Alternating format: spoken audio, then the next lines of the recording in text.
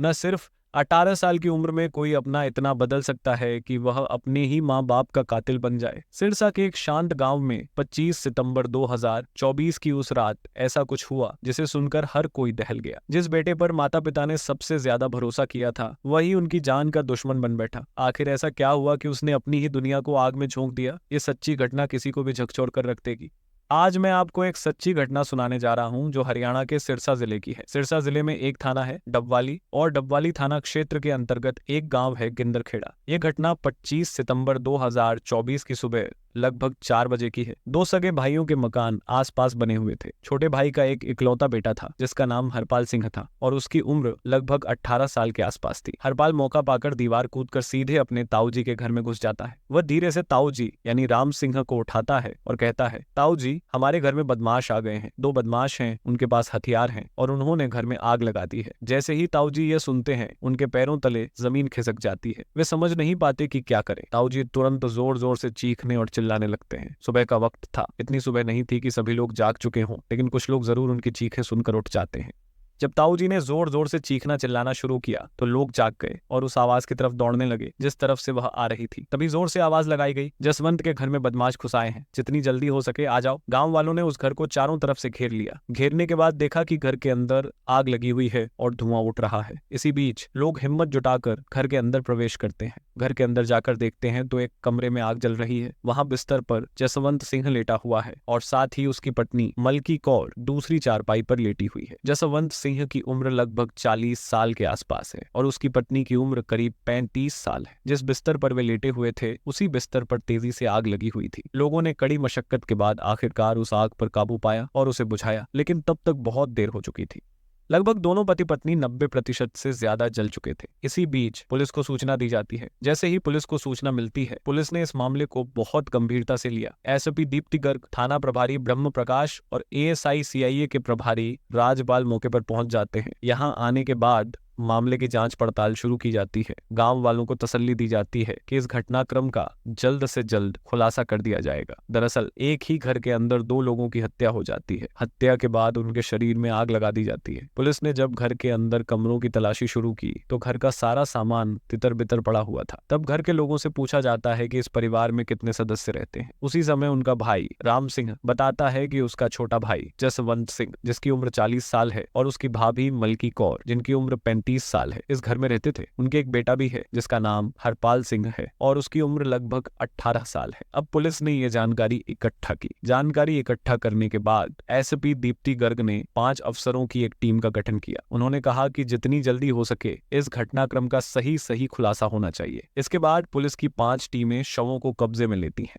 Postmortem के लिए शव भेजे गए, लेकिन पोस्टमार्टम से ज्यादा कुछ हासिल नहीं हुआ क्योंकि शरीर का सिर्फ 10% हिस्सा ही बचा था। बाकी 90% जल चुका था। घर में भीषण आग लगी हुई थी। कपड़े, चारपाई, बिस्तर सब कुछ तहस नहस हो चुका था। ऐसी स्थिति में इस घटना का महज एक ही चश्मदीद था और वह था हरपाल सिंह, जो इनका इकलौता बेटा था। परिवार में उनका कोई और बच्चा जैसे बेटी नहीं थी। यह जानकारी मीडिया रिपोर्ट से मिली। जब हरपाल सिंह से पूछा गया कि उसने क्या देखा तो उसने बताया कि उसने 2 बंदूकधारियों को अपने घर में घुसते देखा था। जैसे ही उसकी आंख खुली वह ताऊ जी के घर पहुंच गया। उसे केवल इतना याद था कि घर में आग लगी हुई थी और 2 बंदूकधारी वहां थे। जब उससे यह पूछा गया कि घर में क्या सामान था और क्या गायब हुआ तो उसने बताया कि सामान तितर बितर पड़ा था, जैसे लूट के बाद यह घटना अंजाम दी गई हो। हालांकि घर के अंदर रखा सोना, चांदी, नकदी और अन्य कीमती सामान दूसरे कमरे में सुरक्षित था। वह सामान बिखरा जरूर पड़ा था, लेकिन बदमाश उसे अपने साथ नहीं ले गए थे। पुलिस को यही बात अजीब लगी कि इतना सारा सामान बिखरा पड़ा था, फिर भी सब कुछ अपनी जगह पर सुरक्षित था। साथ ही पुलिस ने मामले की वीडियोग्राफी करवाई थी। जब जले हुए शवों का मुआयना किया गया तो यह पाया गया कि दोनों पति पत्नी के शरीर का केवल 10% हिस्सा ही बचा था। जिस अवस्था में वे पड़े थे उससे यह संकेत मिला कि किसी व्यक्ति की हत्या के समय वह विरोध करेगा, चीखेगा, चिल्लाएगा या बचने की कोशिश करेगा, लेकिन दोनों ने बचने की कोई कोशिश नहीं की थी। इसलिए पुलिस को इस बात पर भी शक हुआ कि कहीं कुछ गड़बड़ जरूर है। पुलिस ने फिर उस लड़के से अपनी तरह से पूछताछ करने की कोशिश की। पुलिस ने कहा, जो भी घटनाक्रम है उससे ऐसा नहीं लगता कि तुम्हारे घर में लूटपाट हुई है। ऐसा भी नहीं लगता कि तुम्हारे माता पिता ने किसी तरह का विरोध किया होगा। क्या ऐसा हो सकता है कि उन्हें यूं ही मार दिया गया हो? जब पुलिस ने सख्ती से पूछताछ की तब एक चौंकाने वाली बात सामने आई। दरअसल लड़का लगभग 1 से 1.5 साल पहले एक लड़की के प्यार में पड़ गया था। वह उस लड़की से मोहब्बत कर बैठा था। जब उस लड़की के पिता को यह बात पता चली तो उन्हें बहुत गुस्सा आया। लड़की के पिता ने अपनी आंखों से उन दोनों दोनों को देखा था और इसके बाद जाकर कॉलेज प्रशासन से शिकायत दर्ज कराई थी। लड़का गुरु नानक कॉलेज में प्रथम वर्ष का छात्र था। उसी कॉलेज में पढ़ते हुए उसे लड़की से प्यार हो गया था। लड़की के पिता को जब यह बात पता चली तो उन्होंने कॉलेज प्रशासन को जानकारी दी। कॉलेज प्रशासन ने सीधे लड़के के पिता यानी हरपाल के पिता जसवंत सिंह को बुलाया। प्रशासन ने कहा, तुम्हारा बेटा यहाँ पढ़ने के लिए आता है लेकिन वह कॉलेज का माहौल खराब कर रहा है। जैसे ही पिता को यह बात पता चली वह आग बबूला हो गए और गुस्से में घर पहुंचे। घर पहुंचते ही सबसे पहले उन्होंने बेटे का मोबाइल छीन लिया। मोबाइल छीनने के बाद उन्होंने कहा, तुम्हें पढ़ाई करनी है तो पढ़ाई करो, अब से तुम मोबाइल का इस्तेमाल बिल्कुल नहीं करोगे। अब चाहे घर में कोई भी बात हो, बाप अपने बेटे को हर बात पर छींटाकशी कर रहा था, ताने कस रहा था कि तुम पढ़ नहीं रहे हो, हमारी बदनामी कर रहे हो। जब भी मौका मिलता पिता उसे किसी न किसी बात पर ताने मारते। घर में कुछ भी काम हो रहा हो, लगभग 1.5 से 2 महीने तक यही सिलसिला लगातार चलता रहा। लड़का छोटी छोटी बातों पर डांट खाता था, चाहे खाने की बात हो, पहनने की बात हो, चलने या उठने बैठने की बात हो, हर बात पर पिता उसे डांटते थे। इकलौता बेटा होने के कारण पिता उसे सुधारने की कोशिश कर रहे थे, लेकिन लड़का अंदर से इतना गुस्से में भर गया था कि उसने सोच लिया कि अब वह अपने माता पिता को हमेशा के लिए शांत कर देगा। उसने ऑनलाइन नशे की गोलियों का ऑर्डर दिया। जब गोलियां आ गईं तो उसने 24 सितंबर 2022 को कत्ल की पूरी प्लानिंग की। रात को जब खाना खाया गया तो उसने अपने माता पिता से कहा, माताजी पिताजी क्या आप लस्सी पियोगे? वे बोले, हाँ लस्सी पियेंगे। लस्सी बनाई जाती है और लस्सी में नींद की गोलियां मिला दी जाती हैं। अपनी माँ और अपने बाप को वह लस्सी में नींद की गोली मिलाकर दे देता है। मात्रा कुछ ज्यादा कर देता है ताकि वे ज्यादा गहरी नींद में सो जाएं। जैसे ही रात का 1 बजता है, यह 24 और 25 सितंबर 2024 की रात 1 बजे के आसपास का वाकया है। दोनों सोए हुए थे। वह आवाज लगाता है, माँ पापा, लेकिन दोनों में से कोई हरकत नहीं करता। वे बिल्कुल शांत पड़े हुए थे। तभी लड़का तुरंत अपने दूसरे कमरे में जाता है। एक लोहे की बड़ी सी भारी भरकम रोड होती है। सबसे पहले वह अपनी माँ के पास जाता है क्योंकि माँ भी खूब ज्यादा टोका टाकी करती थी। इसके बाद वह अपनी माँ के सिर पर 1-2 नहीं लगभग 12 बार वार करता है। 12 बार करने के बाद जब माँ विरोध करने की स्थिति में नहीं थी, शायद नींद की गोलियों की वजह से पहली ही रोड के वार से मर गई होगी, वह मर जाती है। इसके बाद वह अपने पिता पर वार करता है। पिता को भी तब तक मारता रहता है जब तक उसके दिल को तसल्ली नहीं हो जाती कि वे मर चुके हैं। 15 बार हो या 20 बार वह तब तक मारता रहता है। जब दोनों मर जाते हैं वह उनके पास इत्मीनान से बैठ जाता है। बैठने के बाद वह कहता है, अब जितना चीख सकते हो चीखो, तुम्हारी रोज रोज की चिक चिक से मैं पूरी तरह से तंग आ चुका हूँ। अब देखना चाहता हूँ कि तुम कितनी बात करोगे, कितना चीखोगे, कितना चिल्लाओगे। वे तो मर चुके थे, शायद अब बोलने की स्थिति में नहीं थे। तब उस लड़के ने अपने घर के जितने भी कपड़े थे उन्हें इकट्ठा करता है। इकट्ठा करने के बाद वह उन कपड़ों को उनकी डेड बॉडी के ऊपर डाल देता है। दोनों के अलग अलग बिस्तर पर कुछ कपड़े नीचे डाल देता है और उन कपड़ों में आग लगा देता है। जैसे जैसे कपड़े जल रहे थे वैसे वैसे वे भी जलने शुरू हो जाते हैं। लगभग आधे पौने घंटे तक जब कपड़े बहुत तेजी से धू धू कर जलने लगते हैं और जो लाशें रखी हुई थी वे भी चिताओं की तरह जलने लगती हैं, तब उसने सोचा कि अब शायद जाकर शोर मचाऊं, कुछ आगे की प्लानिंग करूंगा, किसी को पता नहीं चल पाएगा। इधर आग लग रही थी, उधर वह कमरे में जाता है और सारा सामान फैला देता है। लेकिन उसने न जेवरों को हाथ लगाया न नकदी को। उसने न तो उन्हें उठाकर छुपाया न कहीं रखा।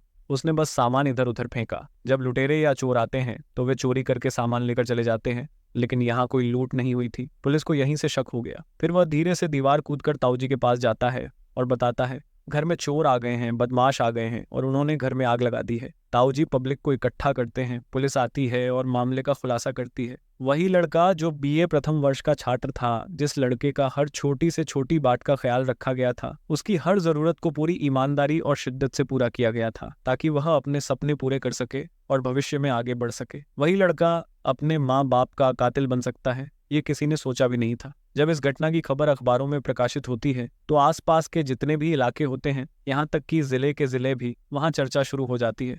इकलौता बेटा, सगा बेटा ऐसा कैसे कर सकता है? जिस दिन यह घटना होती है यह सुबह में होती है। उसी दिन एक और घटना उत्तर प्रदेश के जिला बुलंदशहर में होती है, जहां गोद लिया हुआ बेटा अपने पुलिस वाले पिता की चाकू मारकर हत्या कर देता है। इस बात की गूंज भी चारों तरफ फैल जाती है। एक तरफ लोग कहते हैं कि अपना खून अपना होता है। यदि अपना खून अपना होता है तो हरियाणा प्रदेश के जिला सिरसा में हुई घटना का क्या? ये सिरसा वाली घटना बताती है कि परवरिश का नतीजा है, या मोबाइल ने लोगों के दिमाग को पूरी तरह से बदल दिया है, या फिर वह लड़का उस लड़की से इतना प्यार करता था कि जब उससे दूर गया गया और उसका मोबाइल छिना। उससे कम्युनिकेशन खत्म होते ही वह इतना आक्रोशित हो गया कि उसने अपने पिता की हत्या कर दी। फिलहाल पुलिस इस मामले में चार्जशीट लगाएगी और कम से कम समय में आरोपी को सजा दिलाने की कोशिश करेगी, ऐसा पुलिस ने मीडिया के सामने कहा है। इस मामले की और भी जांच पड़ताल की जा रही है। जितने दोषी होंगे उन्हें सजा दिलाने की कोशिश की जाएगी। इस पूरे घटनाक्रम को सुनाने का उद्देश्य किसी को परेशान करना या किसी का दिल दुखाना नहीं है, बल्कि आपको जागरूक और सचेत करना है। इस दर्दनाक घटना ने पूरे इलाके को हिलाकर रख दिया। लोग हैरान थे कि कैसे एक इकलौता बेटा जिसे बेपनाह प्यार और हर सुविधा दी गई, वही अपने माँ बाप का कातिल बन सकता है। आखिर प्यार, गुस्सा और परिवार की उम्मीदें कब और कैसे किसी को इतना बदल सकती हैं कि वह अपने ही हाथों अपनी दुनिया तबाह कर दे। ये घटना एक कड़वी सच्चाई के रूप में सामने आई है, जो हमें यह सोचने पर मजबूर करती है कि कहीं हम आधुनिकता और तकनीक की दौड़ में अपनी नई पीढ़ी से कुछ जरूरी मूल्य तो नहीं खोते जा रहे।